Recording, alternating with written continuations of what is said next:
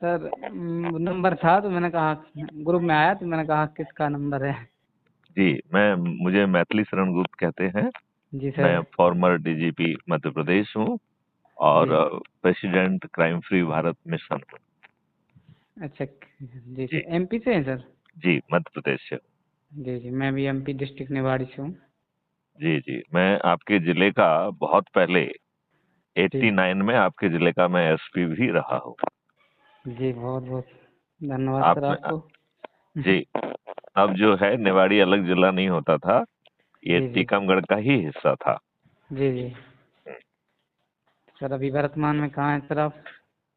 मैं इस समय भोपाल में हूँ।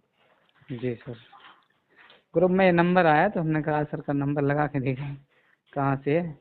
एक जी हमारे रिलेशन में फूफा जी हैं, उनने भेजा जी, तो हमने तो कहा आवश्यक ये है कि अच्छे भारत का संकल्प लो, ठीक है। जी जी पूरा सर। नाम एक बार फिर से बताइए। छोटीलाल कुशवाहा। छोटे लाल कुशवाहा। चलिए, आपसे बाद में विस्तार से बात करें। बिल्कुल सर, चलिए, बिल्कुल जय सर। हिंद, जय भारत, वंदे जय मातरम। हिंद सर, जय जय स्वास्थ्य गुरु। सर, मिलना जय चाहता हूँ एक खुश। आध बार आपसे। जरूर जरूर मुलाकात करेंगे। चलिए, इधर। जय हिंद, जय भारत, वंदे मातरम। वंदे मातरम सर।